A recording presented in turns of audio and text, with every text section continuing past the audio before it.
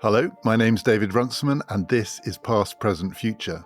We're coming up to the end of our series about great political films, and today it's another film directed by David Fincher, the director of Fight Club, but this one is a lot less violent. It is, though, like Fight Club, about alienated young men and their feelings of exclusion and what it drives them to do. Though in this case, the exclusion is at Harvard University, and the alienated young men include Mark Zuckerberg. It is the brilliant The Social Network. One of the fascinating things about people who are spectacularly successful beyond the realms of human imagining, the people like Elon Musk or Taylor Swift, the ones who are the winners in a winner-take-all world, is whether that experience of having all the wealth, all the money, all the power is categorically different from being just very, very, very successful or very, very, very rich. Are they leading a completely different kind of life from their fellow successful people? Or are they actually all of them, all of the super successful, leading the same kind of life? And it's just very different from the lives led by the rest of us. And behind that is another question that people ask all the time and nags away at people all the time, which is, when you are so rich and so successful and have everything that anyone could possibly want, what drives you to want more of it? What is the thing that keeps them going so that even when they have almost everything, something gets them up in the morning, gets them working 24 hours a day to go from almost everything to everything? I think in the case of Elon Musk, the answer probably has something to do with power. And there is a difference between being the richest man in the world and, say, the 5th richest or 10th richest man in the world. They are almost all men, these people, which is that it does give you a supreme kind of power. In fact, by being the richest man in the world, Elon Musk is now close to the most powerful man in the world. So there is a difference there. But there is also probably that basic fact about money, which is that even when you have an awful lot of it, having more of it still matters. Martin Amis, the writer, and this is quite a long time ago in his journalism from the 1980s, was writing about the difference between, in the America he knew back then, the very rich and the very, very rich. And he addressed this question, the question that people often ask, which is, why do they keep going? And why do they do these terrible things to have more money when they seem to have enough? Once you have enough, what makes you do nefarious, criminal, sometimes murderous deeds to get more of it? And the way Martin Amis put it was, people want to know, what is the difference between having $75 million and $150 million? And this is back in the 1980s. That was an awful lot of money. What is the difference? He asked. And he says, well, even for the rich, the answer is not complicated. The difference between $75 million and $150 million is $75 million. And that's an awful lot of money. So that's one way of looking at it. Doesn't matter how much you have, more is still more, and more matters. But the other way of thinking about it is actually the real difference is not between having an awful lot and an awful lot more. It's between having nothing or next to nothing and something. I remember hearing about a journalist who went to interview J.K. Rowling when she became successful. And she became successful with the first Harry Potter book, Harry Potter and the Philosopher's Stone, which did remarkably well for an unknown writer who was writing about a wizarding school, not a fashionable topic back then. And for a first-time author children's book, it was a really big hit.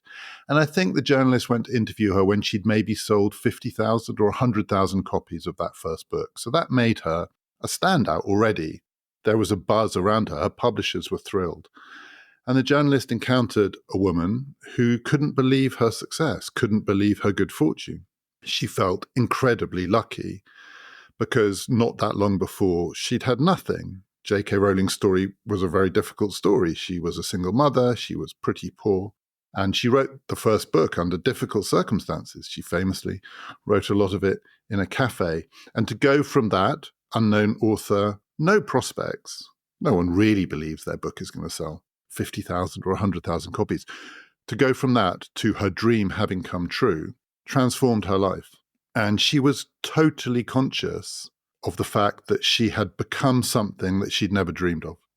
And the same journalist then went to interview her quite a few years later when she was closer to the J.K. Rowling we know today. That is, she hadn't sold 50,000 copies of her book. She had sold 50 million copies of her books, which were now also a Hollywood film series, and she was one of the most famous people in the world. And the journalist found a woman not that much changed, in the sense that the really big shift had been from nothing to the first success, from the first success to the kind of stratospheric success that is just unimaginable, wasn't so different.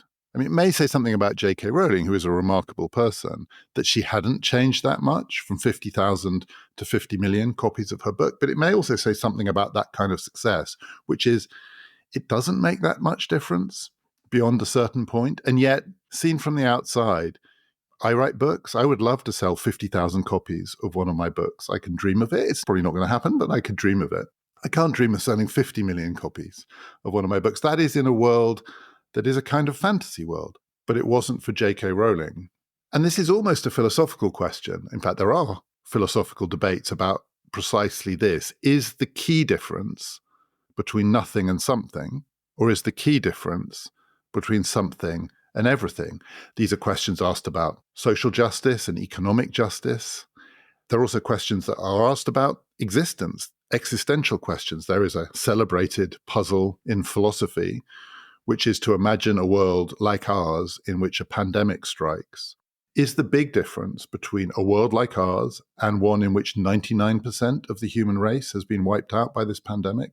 Or is the really big difference between a world in which 99% have been wiped out and 100% has been wiped out? Nobody left. Is the big difference between everything and just a little bit, or a little and nothing? That is a long preamble to The Social Network, because one of the many fascinations for me about this film, about the early days of Facebook, and particularly Mark Zuckerberg, played in this film by Jesse Eisenberg, scripted by Aaron Sorkin, the man who wrote the early seasons of The West Wing and is well known for his incredibly snappy, fast-talking scripts. One of the fascinations of this film is it gives us a series of snapshots in time which do address this question. What is the moment of transformation in a story like Mark Zuckerberg's, from then to now? From a kid in a dorm room at Harvard with no great prospects, though he's at Harvard, so he doesn't not have prospects. But from that guy to the person he is now, he's not Elon Musk, but he's not far off. What is the point at which the story shifted to the other gear, to the other world, from the world that we recognize? And the film, as seen now, so I rewatched it just a week or so ago, and I'm recording this on New Year's Day 2025. So we're in 2025. As seen from now, the film gives 5 moments in time, 5 snapshots from which to try and judge this question about where is the transition for him, his experience, maybe his motivation. When did he become Mark Zuckerberg? The 5 moments are the beginning of the story, which the film celebratedly depicts on one night. It happened to be in late 2003 at Harvard when the idea came to him.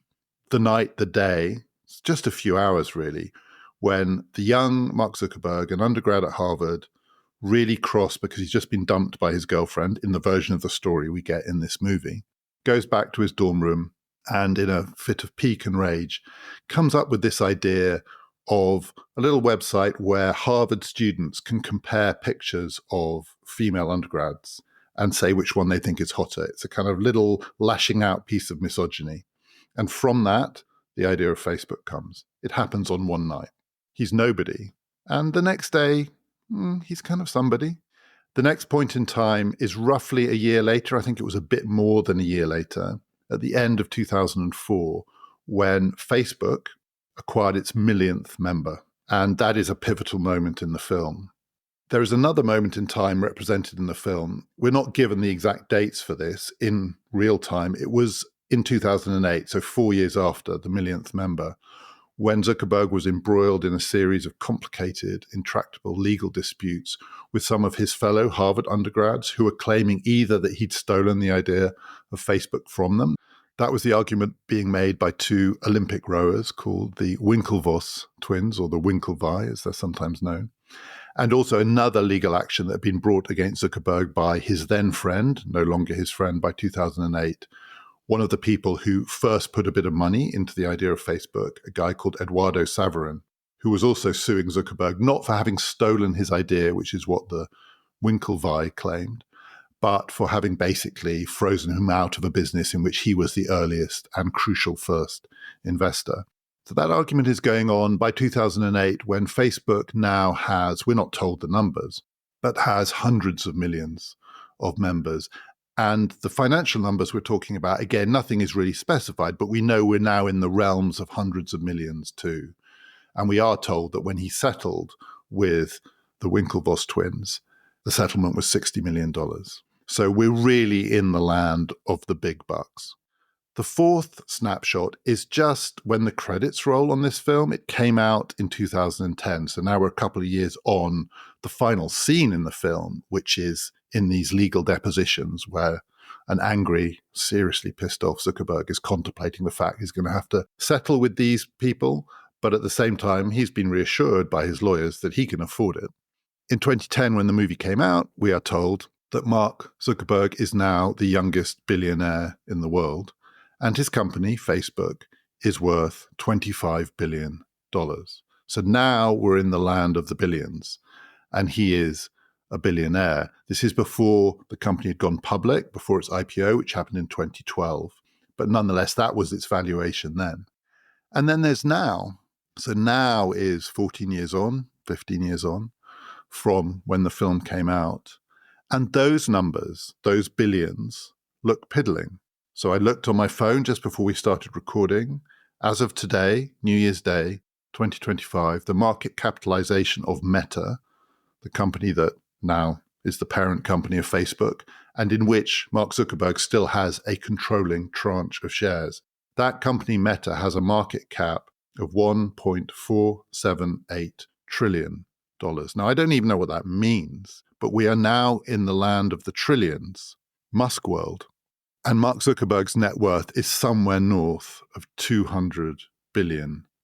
So he was the youngest billionaire when that movie came out in 2010. He was 27 years old then, 26, 27. That is very young to be a billionaire.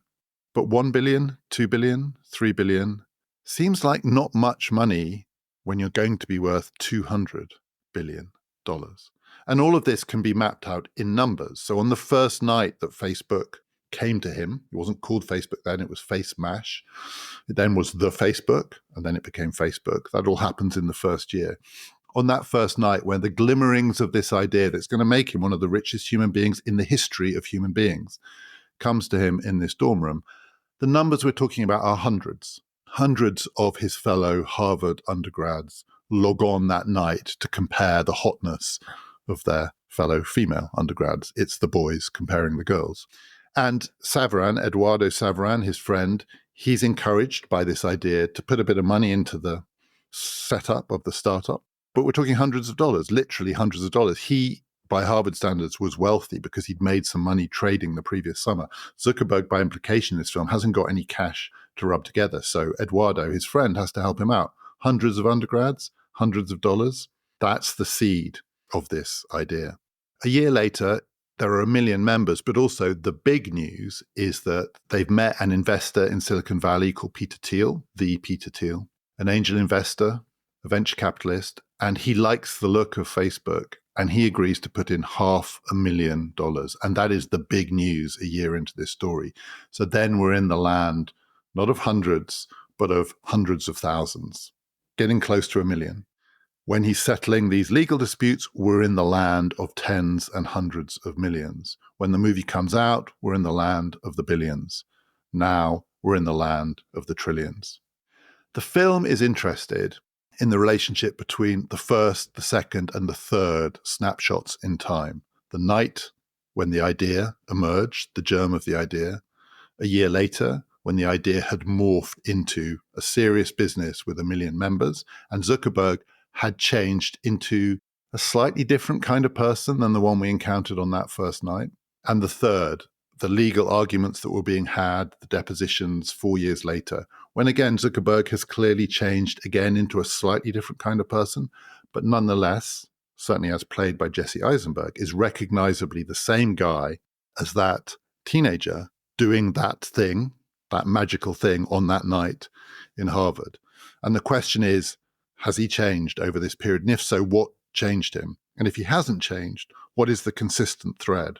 But the relationship between those points in time is the key to understanding what happened subsequently in the film, entering the land of the billionaires, in reality, up to today, entering the world, not quite yet of the trillionaires, but we're not far off. Unimaginable wealth. It's not Fight Club. It's definitely not Fight Club. But on that first night, the Mark Zuckerberg character played by Jesse Eisenberg responds to a predicament that is familiar from Fight Club in a way that is not completely unrelated to Fight Club. That is, the predicament as portrayed in this script by Aaron Sorkin, which is really snappy and fast and witty. And Zuckerberg in this film is snappy and fast and witty. And he's clearly hyper intelligent. He is a supremely smart young man. And his dialogue shows him to be very sharp at repartee and one-liners, but it's all a bit off. The film plays on the fact that he's like an Aaron Sorkin character, and actually one or two characters in The West Wing are a bit like this, socially awkward, possibly somewhere on the spectrum, but just as smart as everyone else, maybe even smarter, and just as sharp, just as witty, just as quick with the comebacks. But they don't know how these comebacks land. And sometimes they do not land well because everything is a little awkward, and Zuckerberg is an awkward character as portrayed in this film. It begins with a celebrated scene in which he's dumped by his girlfriend. They're in a bar, they're drinking beer, they're talking, and he's awful. And you can see her getting more and more frustrated with this smart young guy who just doesn't get it. He doesn't know how to talk, maybe to girls, maybe to anyone. He's trying. It's not like Zuckerberg isn't trying, and he's trying to impress, but he's trying to impress by saying things that are naff and vulgar and self-aggrandizing, because he doesn't know how to be funny and witty and smart, but also just to humanize it. And at one point in this exchange, in his frustration, because he thinks he's doing what you do as a Harvard undergrad, you show your smarts. And she's smart too, but they're talking at cross purposes. And at one point he says to her, "I'm not speaking in code here." But of course he is. That's the whole point. In a way, it's the whole point of the movie. He is speaking in code. His smarts are both computer code. We discover, a very smart computer coder, so he thinks in code. But also, he's speaking a kind of private language. He sort of gets how the language works, and he understands what it is to have a clever response. But he doesn't get how other people use the wider language of social communication, so that his response is, they're wrong. That first night, his response to his frustration at being full of things that he wants to express and feeling that he has the means to express them, but doing it in an environment, starting with the date with the girl who dumps him, and then the wider environment of Harvard's social codes and social mores and social clubs, his frustration with his sense of exclusion from that world. He has so much to say, and he has so much appetite for expression, but he feels it's in an environment in which that appetite has been stifled. He lashes out, like the characters in Fight Club. They lash out much more physically than he does. But the first act we see him performing is a kind of act of violence. He calls the girl who's dumped him a bitch online, and he posts it. That is a form of violence.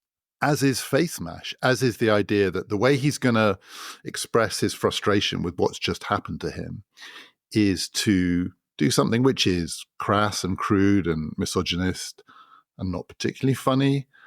And that is just to get people to say which girls are hotter than which girls. That's it. It's not super violent, but it is pretty offensive. And it's all a lashing out. It's all an expression of frustration. And yet, in that moment, he discovers something which is not available to the characters in Fight Club, which is that the thing that has caused his frustration, he is speaking in code, and his code is not the social code of the place where he lives, Harvard. His code is a private code. That private code is his superpower. That's what he discovers on this night. That's his key insight, which becomes the key insight of the movie. And the reason it's his superpower is the discovery that he makes. This world that he lives in, Harvard, which is so exclusive, and its exclusivity is its superpower. The fact that it's incredibly hard to get into Harvard to start with.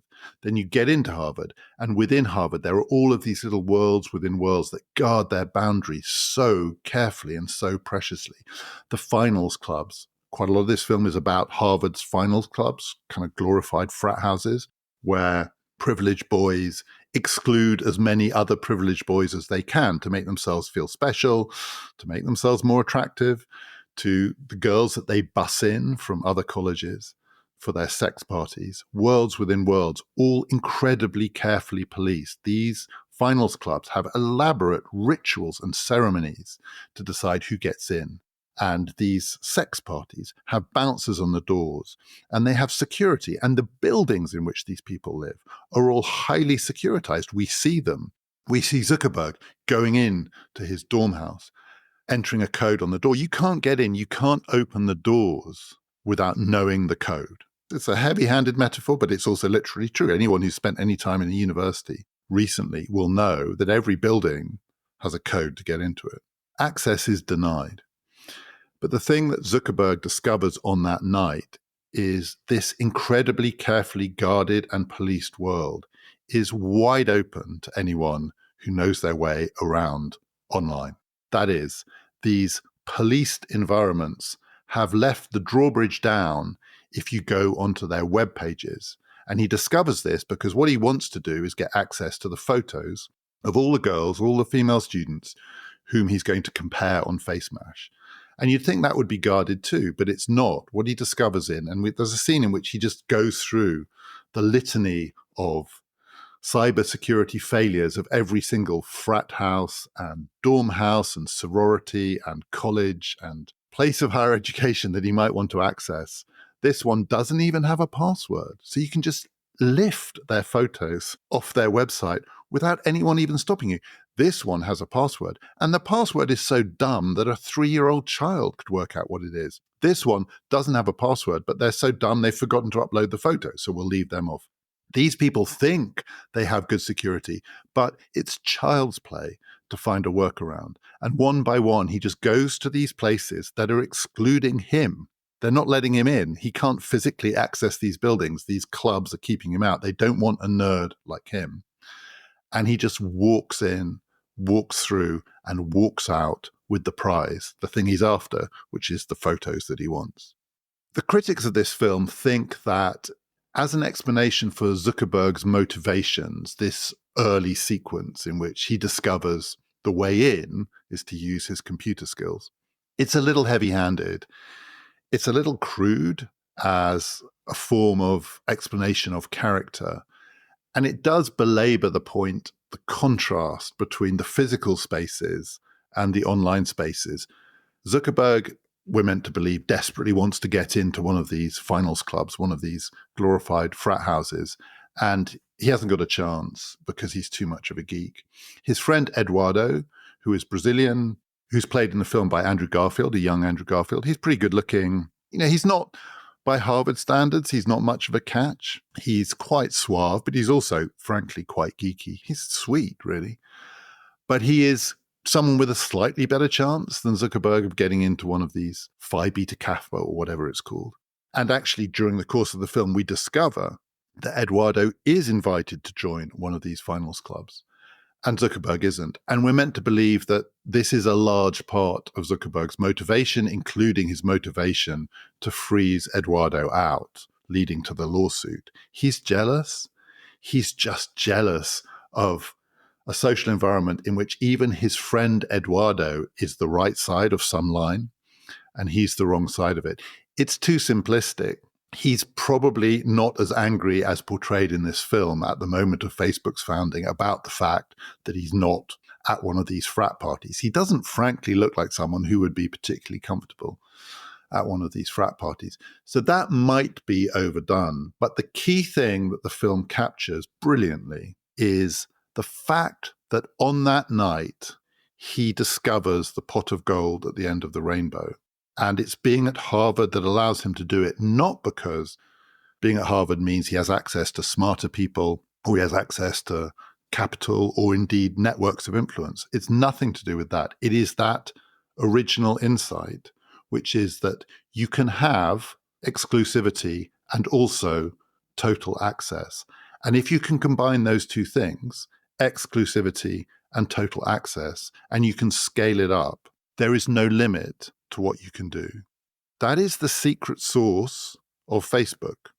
Exclusivity plus total access. And we see over the following weeks, Zuckerberg work out what it means. On that first night, all he's discovered is that these very, very exclusive social environments will let someone who understands computer code in the back door because they don't guard their back doors. But what he needs to do is to work out how to create some kind of social website, social network, in which the people who use it can simultaneously have the feeling that they are controlling and policing their world, which is what these frat houses want. That's their whole raison d'etre. The policing of their world is their reason for being. And the desire of human beings to feel like they control the boundaries of their own social environment is deep in all of our souls. How you can give people that feeling of control, of policing their own world, at the same time as having complete access to their world. It should be a contradiction in terms. It should be impossible to give people the sense of security that they are in charge at the same time as having them give you all of their private information. But that's what Facebook managed. And the thing that he worked out is the trade-off that people will sign up for is what Facebook offered, which was the ability to create your own little social network, decide who you would friend, thumbs up, thumbs down, your wall, your world, your photos, what you share, how you share. There is a kind of policing effect that Facebook was selling, so that whoever you are, you do not have to be at Harvard. To start with, it's just Harvard. Then they expand it to other elite schools. It's always about exclusivity. It's always about elitism. That's what they're selling. And then they expand it from elite schools to less elite schools. They go international. In this movie, we see the bit where they suddenly let this thing loose at the LSE in London. But what's going to happen, we discover, is it's going to go to everyone. You don't have to be at any school. You don't have to have access to any kind of privileged environment to have the ability on Facebook to create your own privileged environment, your own world. But how are you going to do that if what Facebook needs is that entry through the back door to your whole world, to all of your information? And the answer is Zuckerberg twigs in this film, probably sometime between week 2 and week 3, I don't know when in the real story, that people will trade their privacy for the feeling of control over their own privacy. They will give Facebook the right to have access to their private information, to their data, as we would now call it, in exchange for Facebook creating an online space environment in which it's not as crude as they can replicate the dynamics of a Harvard frat club, but it's not a million miles away from that either. And that insight is not just sellable, marketable, it is, in the language of Silicon Valley, the word that they love above all other words, it is scalable. You can scale it out, not just across Harvard, not just across the Ivy League, not just across the elite schools, not just across all the schools, not just across all the young people, not just across all of America, not just across all of the English-speaking world, but all of the people all over the world. That's the Facebook idea. It turns out the Facebook idea runs out of steam sometime between the release of this film and now, and Meta is making its money. It still makes a huge amount of money from Facebook, but it's making its money in other ways too. There are other versions of that idea, WhatsApp, Instagram, that are replicating the same basic principle, I think. The paradox of accessible exclusivity, monetized and controlled by companies run by Mark Zuckerberg. That is still the key. This film captures it brilliantly. If you leave aside the crude character motivation and focus on the idea, the intellectual property that is Zuckerberg's, it's that. Could it have happened somewhere other than Harvard? Did it require some kind of feeling of jealousy about these exclusive clubs and the people who belonged in them and the sex that they were having and this angry young man who, if he was in Fight Club, wouldn't be fighting, but would still be sympathizing with the men who were. Does it require him to be somewhere so exclusive to see it? I doubt it. But that's where he was. He was at Harvard. And that is the insight that somehow must have happened to him in his dorm room there. This film is also about intellectual property. So that's the other thing that motivates the narrative arc of it. We flash forward and back in time from that first night through to the sequence that leads to the million-member party, which is a key moment in the film, and then to the legal disputes, the depositions that are happening in lawyers' offices in 2008, in which Zuckerberg is portrayed as now very rich, but also bitter, frustrated, angry, resentful, nobody's friend. As we flash back and we flash forward, it's clear that one of the questions, indeed the question that's motivating the legal disputes, is, was it really his idea? So the Winklevoss twins say no, he stole it from them, because they were also thinking about setting up a kind of glorified online social club at Harvard. They hadn't quite worked out how to do it, but they had a basic idea of what they were going to do. People would put their information up there so that they could share information and they could make social connections and so on. And they heard about this guy, Zuckerberg, who'd done this funny thing with comparing the girls online, and they asked him to write the code for their site, and he agreed to do it. And then for about 6 weeks, he tells them he will do it, but he's too busy, and then he launches, as it was then, the Facebook, and they realize they've been stiffed by him. But no one really believes that he stole the idea from them. I don't think in the real world version of this story, any more than in the movie version of this story, there is a plausible case that somehow, if it hadn't been for the intellectual insight and computer knowledge of the Winklevoss twins, Mark Zuckerberg wouldn't have thought of this. He didn't steal from them, but he did stiff them. I mean, clearly the thing he did was to spot that they might be competition, so he would string them along and delay them, and then launch when they weren't ready. And that is his calling card. It's been his calling card throughout his time running Facebook, running Meta, taking over the world.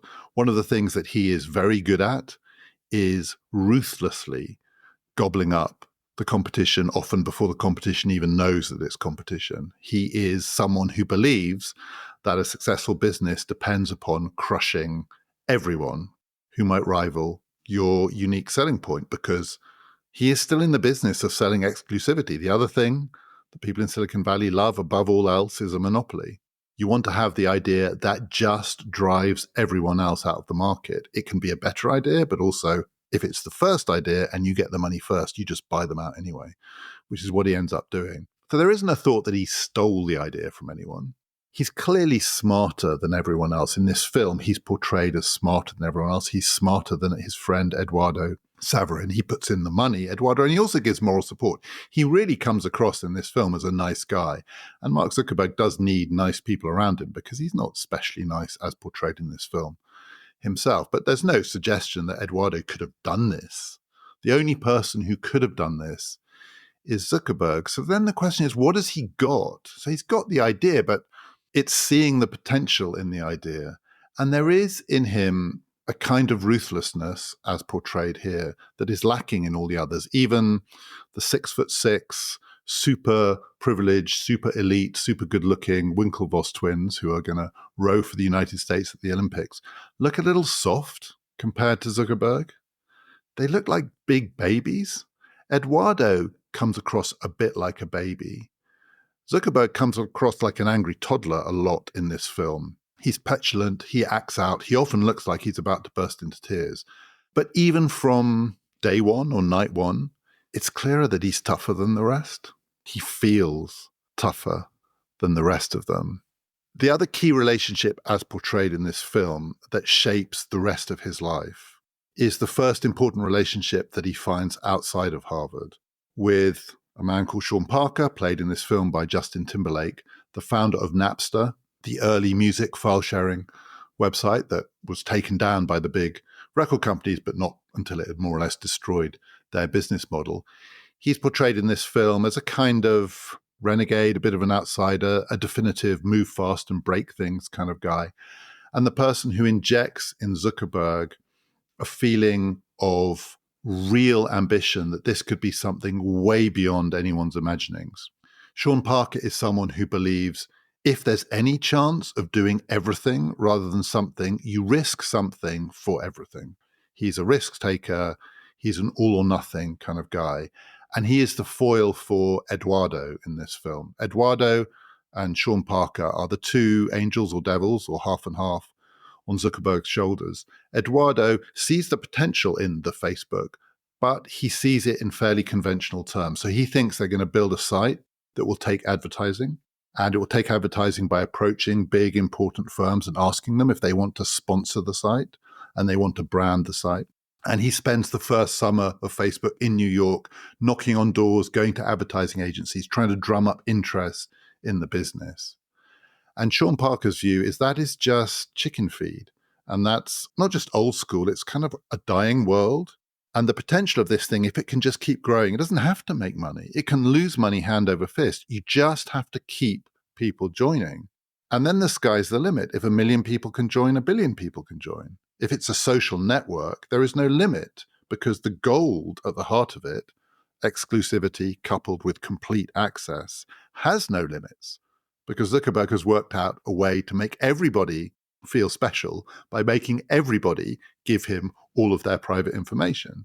He has a term for Eduardo, probably the word in the whole film which is uttered with the most contempt, is when Sean Parker, played by Justin Timberlake, hears that Eduardo is not, like Zuckerberg, going to move to California, to Palo Alto, to be where the action is, but is staying in New York. And he's staying in New York partly because he wants to try and drum up business from New York business for the Facebook, but also because he's got an internship. I think it's at a bank. And the word that Sean Parker says, dripping with contempt of Eduardo, the reason Eduardo has got to go is that he's an intern. Like he's serving the dying company. He's trying to get in the front door. That's what interns are. They're the people who try and get in the front door. They want to get into the frat house by going through the initiation ceremony. They want to work for nothing for people who have contempt for them in the hope that those people might dangle a well-paid job for them at the end of the summer. Sean Parker wants to burn all of that down, and he persuades Zuckerberg that Eduardo is the past and that he, Sean Parker, is the future. But the thing about the Zuckerberg in the social network is that he's not Sean Parker either. He's not even Peter Thiel, the man who makes the first and most important investment in the company. He's something more than any of them. He's got something that none of the others have. It's hard to say what that word is. The key moment at the end of the film in his relationship with Sean Parker is after the 1 million member party, Sean Parker goes back to the kind of frat house they've recreated in Palo Alto. It's not a Harvard frat house. There are more geeks in it. More work is being done in it. Most of the people in that house spend their time coding. It's pretty dirty. It's pretty squalid. But there are girls. Girls come in and there's a party after the 1 million person party back at the frat house where there are drugs and some of the girls turn out to be underage and there's a police bust and they're all rounded up. And Sean Parker, who's the oldest person in the room and sort of feels like he's probably responsible for this, that he's not that sleazy. It's not as sleazy as what's going on in Harvard, for sure. But Sean Parker gets taken down to the station and charged. And he has to humiliatingly ring up Mark Zuckerberg, to whom he's played a kind of, not father figure, but elder brother figure, and say sorry and ask for help. And Zuckerberg, who by this point is, I think, 20, and he's dropped out of Harvard to pursue the Facebook dream in Palo Alto, says, with a steel in his voice and a kind of world-weary resignation, I'll deal with it. Sean, I'll deal with it. I'm in charge now. And he will deal with it. Sean Parker is pretty much out from that point. Mark Zuckerberg is going to take charge. Mark Zuckerberg was not at the party, so he wasn't arrested. He was still at the office. He was probably coding. He deals with it, and by implication, that means he must have dealt with the police. And I don't think we're meant to believe he buys the police off. He presumably does whatever the police asked of him, which includes the end of Sean Parker. And the other thing that Zuckerberg has shown from that point on in the real version of this story is he has no scruples at all about dealing with the people who have that other kind of power, real world power, whether it's money or police power or political power. He has so few scruples that he almost doesn't distinguish between different kinds of power. You can be a democracy or a dictatorship. You can be a tyrant or you can be a Silicon Valley titan. You can be someone with fame. You can be a writer or a celebrity. You can be a rock star. You can be a murderer and a torturer running a murderous and torturous regime. You can be responsible for genocide. It doesn't matter. If you give him access to people who will do the trade being privacy for the feeling of exclusivity, he will deal with you. And he has always shown himself willing, more or less, to deal with anyone. Facebook's growth has partly been growth in a world in which he does not discriminate the places where it'll grow, including places like Myanmar, where it was complicit in genocide. He is unscrupulous, but I think the other word for him, the thing that he has more than anyone else in this film, and I suspect this is true to the real Mark Zuckerberg, is he is spectacularly opportunistic. I think opportunism, along with being very smart and speaking a private code and getting very lucky one night in Harvard, spotting the secret to unimaginable wealth, his superpower is his opportunism. And the political figure that he reminds me of, maybe not in this film, but a little bit in this film, is Lenin, the ultimate opportunistic politician who nonetheless always believed that his opportunism was in the service of some not particularly well specified and quite remote higher cause. The cause in Lenin's case was the revolution and then some kind of communist paradise. A long way off, but coming. But before it arrives, the job of the Leninist politician who takes power seriously is to do anything to achieve it. And that means spotting every opportunity as an opportunity, being completely unscrupulous. Scruples are for losers. Lunch is for wimps and scruples are for losers.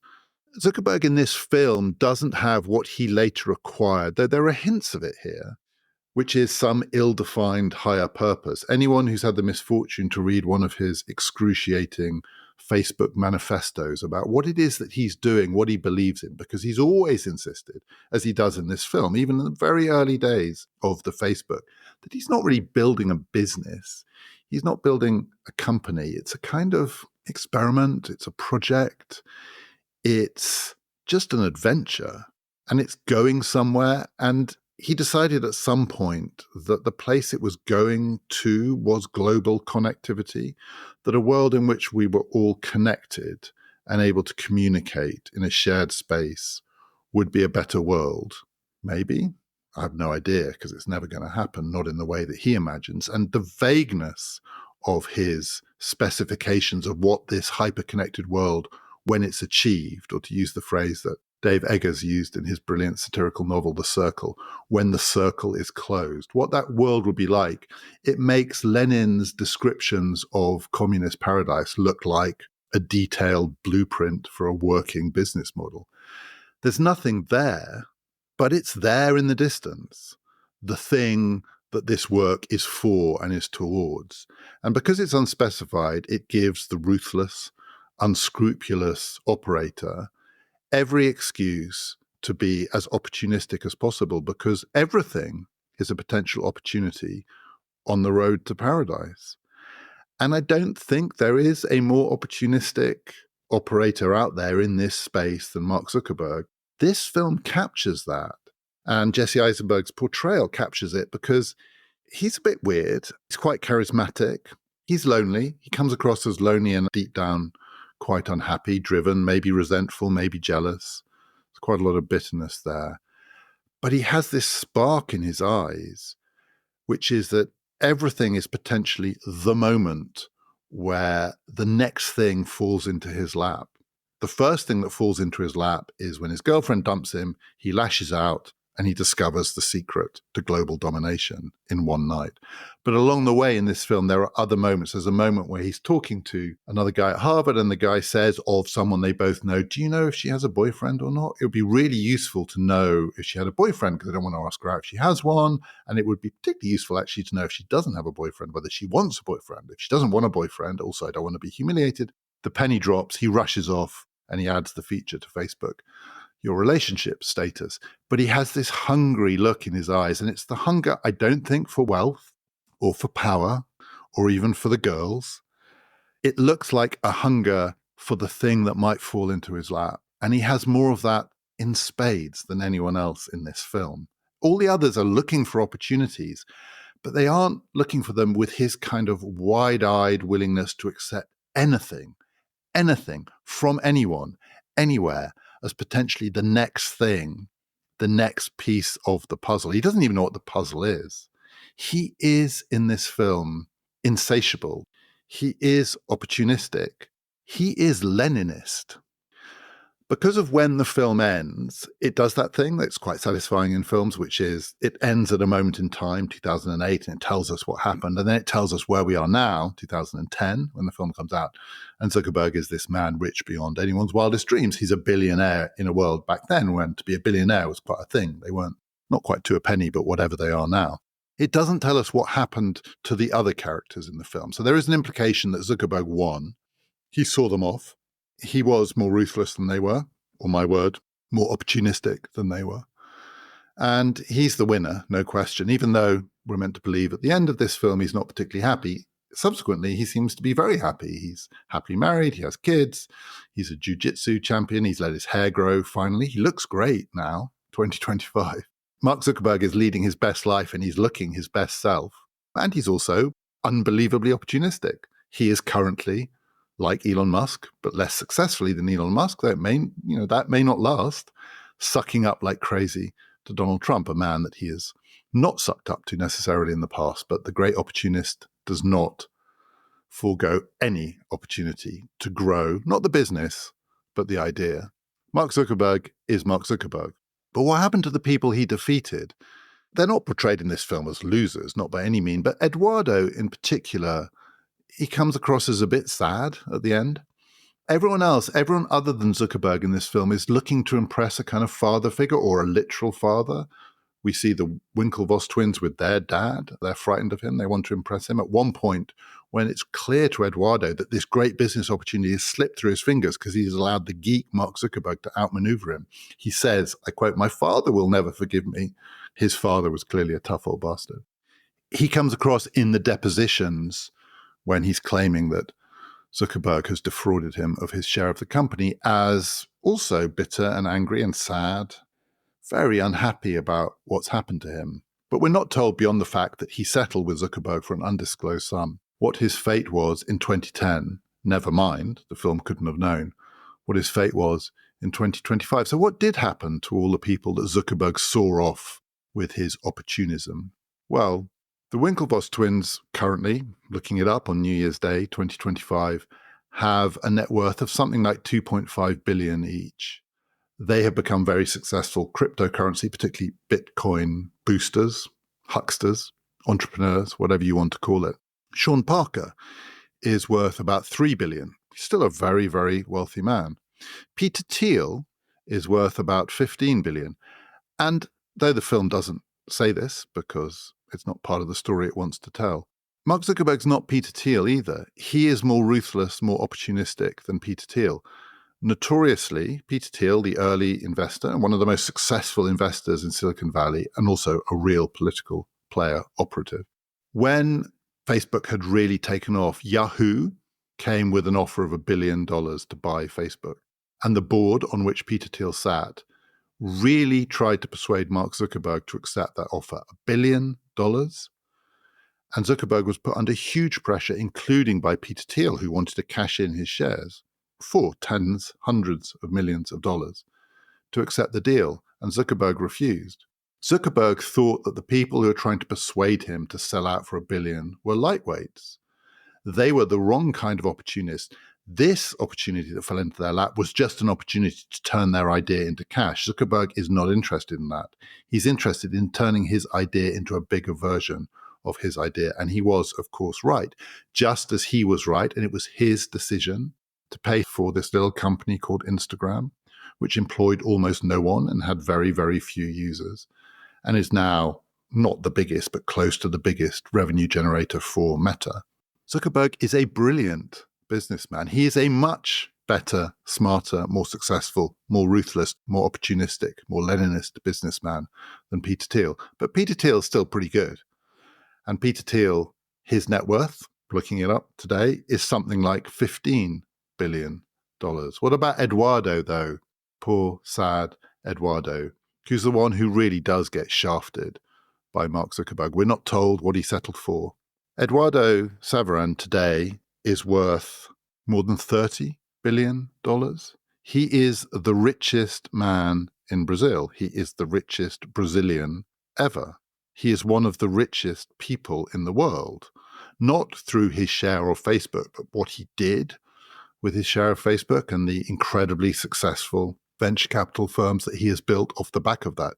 Eduardo Saverin, the loser in the social network, is one of the most successful people in the world. $30 billion. This film ends with the breaking news that Mark Zuckerberg is a billionaire. By implication, poor old Eduardo is just in his slipstream. Well, fast forward 15 years, and Eduardo is a billionaire 30 times over. He has so much money, it's impossible to imagine how anyone could want more money than Eduardo Saverin. What is the difference between where Eduardo has ended up and where Mark Zuckerberg has ended up? The implication in the film is these men are on two very, very different paths. One to everything that they could have dreamed of, and the other to a kind of frustrating second-class citizen status. He's the one hanging on. He's the one having to sue. He's the one who's having to take what he can get in a legal deal. He's the one who's been stiffed, shafted, frozen out, and now he's worth $30 billion. What is the difference between where Eduardo has ended up and where Mark Zuckerberg has ended up? Well, as Martin Amis would say, I can tell you the difference. It's $170 billion. A reminder that there are a couple of bonus episodes available to accompany this series for people who subscribe to PPF Plus. To do that, all you have to do is click on the link in the show description, go to our website, ppfideas.com. It's very straightforward, and you will get all of our bonus episodes, including the two that we put out in December about Claude Lanzmann's masterpiece on the Holocaust, Shoah Part 1 and Shoah Part 2. If you want those, subscribe to PPF Plus, where you will also get, very soon, another bonus episode. I'm going to be talking about what is probably my favorite political film, if by favorite we mean the film that I watch over and over again for comfort. It's Armando Iannucci's In the Loop. It maybe isn't as deep or even as politically insightful as some of the films that I've been talking about, though it is pretty politically insightful. What it is, though, is really, really funny. That's coming soon on PPF Plus. Next, in our regular slot, I'm going to be talking about another film directed by a woman after a long run since Jeanne Dielman of films directed by men, but this one is very different from Jeanne Dielman. It's Zero Dark 30, about the hunt for Osama bin Laden. Do join us for all of that. This has been Past, Present, Future, brought to you in partnership with the London Review of Books. Past, Present, Future is part of the Airwave podcast network.